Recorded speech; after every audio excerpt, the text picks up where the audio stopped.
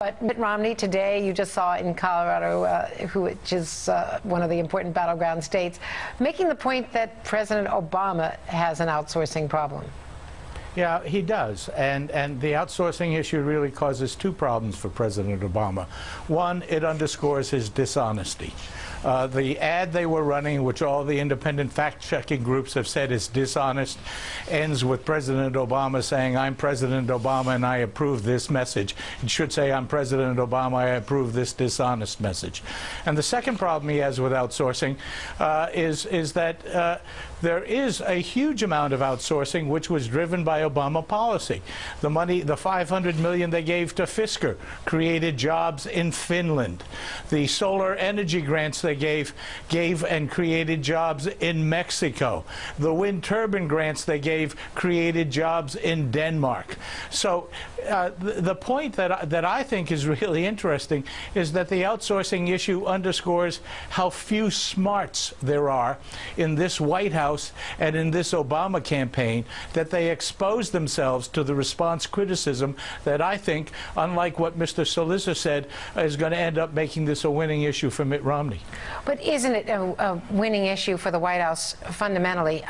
Granted that the PolitiFact folks and the Washington Post pointed out that the president's campaign ad on that issue had a lot of questions and a lot of questionable attack lines. No, they said it was wrong. A lot of questions is not right. It was wrong. Okay. But the point is that isn't Mitt Romney more vulnerable than the president on this issue? Because there still is the whole question of private equity, of outsourcing. You can argue about when he left Bain Capital and whether he was still getting money from Bain Capital and what some of the companies in Bain were doing. Companies that did end up working overseas and sending jobs overseas. But isn't it a bigger problem for Republicans than for the White House? No. When you said $500 million to Fisker and it goes to Finland immediately, when you send the solar money and it goes to Mexico, when you send the turbine money and it goes to Denmark, and we can go on all day, there's $29 billion worth of purchases that came out of this administration, outsourced jobs to foreign countries. Mitt Romney outsourced zero. Obama outsourced 29. Zero. He wasn't there when those issues came up. Well, first of all, the $29 billion are not all outsourced from the administration, because sure they are. A lot of those jobs still remained here. There are jobs when you do a grant, Governor, there are jobs here as well as overseas. You're struggling, Andrea. You're struggling. Well, first of all, these are competing claims, and we will get back to you with all of the numbers. But the point is, let's talk about the 3% you brought up. You want to talk numbers? Let's talk about the Joint Committee on Taxation and Glenn Kessler in the Washington Post. But that 3% represents the group of small businesses that create the bulk of the jobs under small businesses. They're the larger ones. So they don't create 3% of the jobs. It means 3% of the small businesses, which create the majority of the jobs. So give all the numbers. That's not what the Joint Committee on Taxation says, it is. Sir. Yes, it is. Yes, it is. They create most of the jobs involved. That is not what Glenn Kessler with the Washington Post or the Joint Committee on Taxation said. They said that only 3%. Governor Sununu, this is Lawrence O'Donnell. You saw your candidate, George H.W. Bush, come into New Hampshire, win the New Hampshire primary with 53% of the vote, a much, much higher percentage than anyone's projecting. Who won it like that? George H.W. Bush? George H.W. Bush. You don't know what you're talking about. George H.W. Bush won it. I'm sorry. In 1988, he won it 38 to 29. 1992. He then went on to lose the general election. Is there something in the model? As an incumbent. That's right. He had the power of the incumbency. He had the power of incumbency in New Hampshire. He was a more powerful candidate in New Hampshire than Mitt Romney was tonight. He then went on to lose the general election. You're really funny. You're really funny. I'm just asking you, Governor.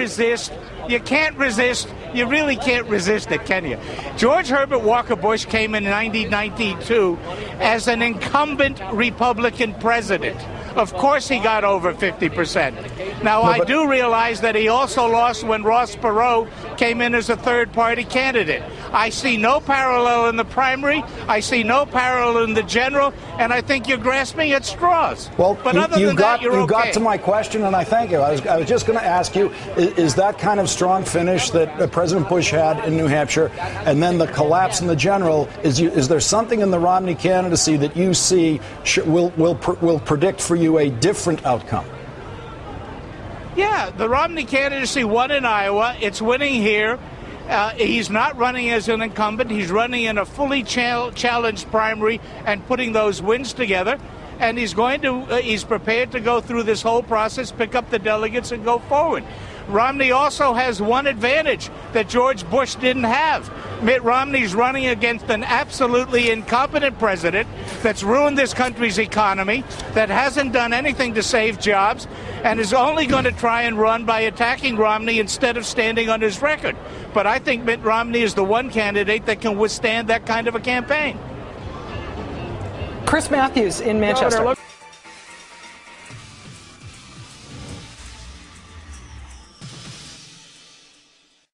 Me through that. It's good to be here. Thank you. Appreciate that. Why the birther thing? I mean, I'm going to make an assumption that you don't I don't know. agree with Why Donald is Trump. CNN so fixated on this? Well, why don't we talk about the jobs issue in this country? Sure, and we're going to get to that in a moment, but let's start with this. And the disastrous. It's CNN that wants to bring it up. I don't want to bring it up. Mitt Romney has made it clear. Mitt Romney has made it clear that he believes that President Obama was born in the U.S. You had Donald Trump on last night, and now you are asking the question this morning.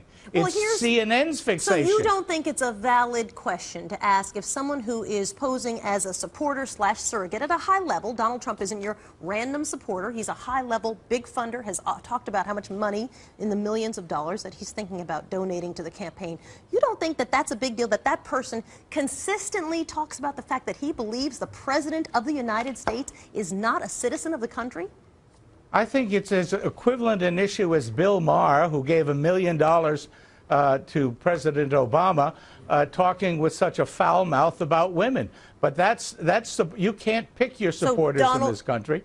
The fact is that this country has a jobs problem, and supporters of the president, like CNN, keep wanting to talk about other issues. You know what's interesting? Every time you ask anybody a hard question, they suddenly go to this, well, you must be supporting. This isn't a hard question. This is an easy question. Mitt Romney has made it clear he believes the President of the United States was born in the United States. Now we can talk about the big issues in this country. So let me ask a follow-up question. 24 million people I'm happy to get to jobs in a second. And 24 million people underemployed.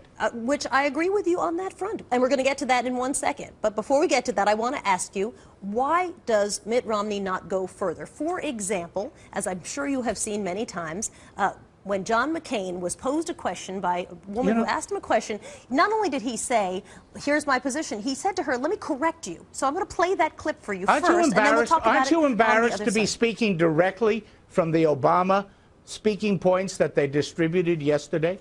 Aren't you embarrassed to sound exactly like the Obama spokesman talking about John McCain? This is ridiculous. This is a clip that we have played before. You should be embarrassed. It has run many times. It's a conversation that's been had. Come on. Come on. Let's talk jobs. Let's talk jobs. Is that because you don't want to talk about the fact that a major fundraiser that's is not a an issue. It's not an issue. There is nobody in the Romney campaign that believes that the president was not born in the United States. So then how come someone doesn't say, Donald Trump is wrong? And we're going to tell Donald Trump is wrong. The president was born in the United States. That, I think, might be the first time. Well, thank you. No, it isn't, ma'am. No, it isn't. It's just because you don't read enough that you don't understand that. Let's go to the issue. There is no need to get into personal attacks. There is no need for it. We can move on. I'm not getting into personal attacks. I'm talking about the fact that you have a fixation of asking questions when someone who is clearly a birther is a representative. You did it last night with I was sleeping last night. And you opened the show today That's what with I was doing Donald last Trump. night. That's what I was doing last night. So I did not do anything but sleeping last night because I go to bed early. a spokesman, a surrogate for Governor Romney. Speak now. John Sununu, of course, is the former governor of this state, New Hampshire. He supports Governor Romney for president. He was also White House chief of staff, of course, for the first President Bush. Governor Sununu, let me ask you a particular point here. Should candidates be responsible for ads put on the air by their former staffers and friends in their interest? Should they be responsible for the content of those ads? Then, look, you guys are reveling and wallowing in ridiculous perception of what's going on. There's a law out there that defines what can and can't be done by those PACs, and all the candidates are following the law. And to suggest that Governor Romney shouldn't know what's in that ad with all the clippings that have been out describing it, come on, stop being ridiculous and get to the point.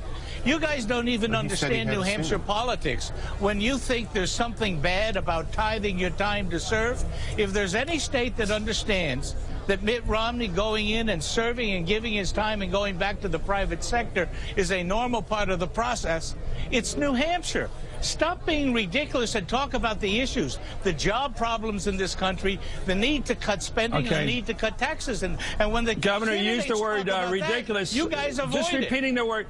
Governor, repeating the word ridiculous doesn't make it so. I was in Iowa and couldn't get away from the ads run by your candidate again and again There's and again. Nothing wrong with it. Saturating that with negativity and then saying he isn't responsible. I'm asking you, is a candidate responsible for the content? Do you know what the law is? I know what the law is. We're talking about how laws can be used. The question is, should a candidate be responsible? Should the candidate be responsible for the ads? You say no. You guys have an agenda that you want to drive, and you have no idea what the rules and regulations are. You're the surrogate, sir. You obviously are here with an agenda. Okay, let me ask you. Come on. Let me ask you one last time. Do you think the law is a good law that allows candidates to destroy their opponents without a signature? Everybody, every candidate agrees the law should be changed. Nobody likes that law, but unfortunately bad legislation put the Supreme Court in a position where they had to make that decision.